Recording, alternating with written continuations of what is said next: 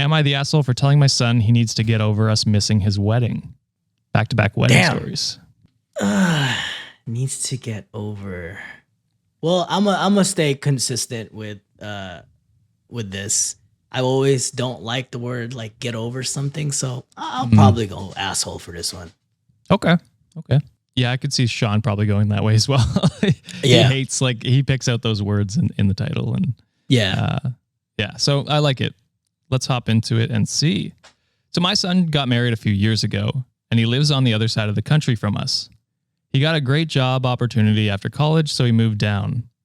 2 years ago, he got married to Jenny, and from what I heard, it was a beautiful wedding. The issue started when we were trying to get there.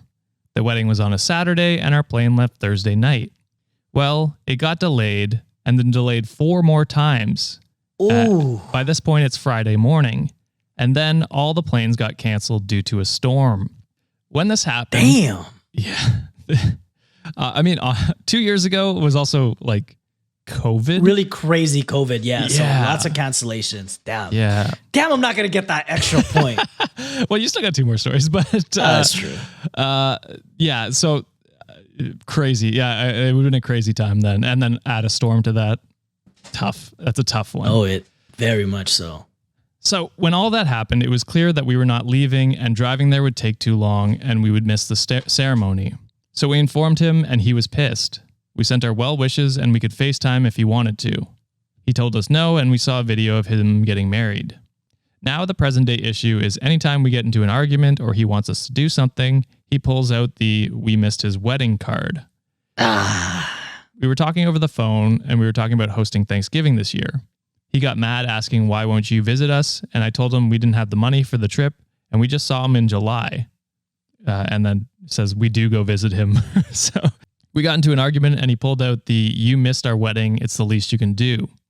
I told him enough and that he needs to get over it. He called me a jerk, and my daughter learned about this, and she's on our side. Oh, wait, what? I don't know how to read. I don't think it's not a sentence. I'm reading it here. Never mind. My daughter learned about this, and I'm not sure if she's on our side. I think that's what he's trying to say. And then adds an edit. We looked at other airports where the planes were grounded. We are from Maine, and the storm was going through our state and then riding down the East Coast. We weren't getting a flight, and yes, we looked. It basically blocked travel for 2 days. If we didn't go down a state or two, we would be following the storm and wouldn't be getting a flight. So they did look into other means of getting there. They tried. So am I the asshole? There you go, Joe. Yeah, I'm going to take an L for this one. I'm going to say no. And, well, damn, Jackie, I can't control the weather. To be fair, Kelso was the asshole in that situation. That's true. But wait. They said the fiance's name is Jenny, right? Damn, I just said, well, damn, Jenny, I can't control the weather. But yeah, I mean, they tried their best, you know, like it does happen. If they were, here's the thing. I'm not going to say like the parents are the asshole in this situation, just because, like you said, if that was a couple years ago, COVID factoring with a storm, you know, could they have gotten a little earlier? Maybe, but you know, it is what it is at this point. Like a lot of times, like we're at the mercy of like schedule of like the aircraft industry and all that. Yeah. Well, and the whole thing back then was like, there's a lot of issues with like rebooking and yeah, that too. And it's like, I don't know, like if I look out like on my weather app, it'll be 10 days out. It'll say rain. You never know. It could change a million times. So they were probably just hoping for the best and that their plane would still take off. Yeah. And it's not like they just went and go like, oh, can't make the flight. Bye. Dude, they got canceled 4 times. They looked at different avenues. Yeah. At that point, I'm okay with it being like a running joke, but like to weaponize that and use it as like, well, that's the least you can do when they just visited you, buddy. Why the fuck you can't visit your parents, dog? Like it's, yeah, you know, it's, I don't know.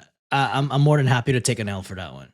I will say this, as someone who's about to get married, I would be very upset if my parents weren't able to make it. Oh, facts. And so me too. I do understand like him feeling a certain type of way about that. No matter like, I would never weaponize that against my parents, but you would feel a certain type of way. Like it's like, oh, like one of the biggest moments in my life and my parents weren't there for it. That sucks. It does. Yeah. And so I understand that from his side. That doesn't give him a pass to keep holding that over you because it wasn't your fault. But yeah, you got like a one-time grace period. You know what I mean? Like one time you can be mad about 1 it. year.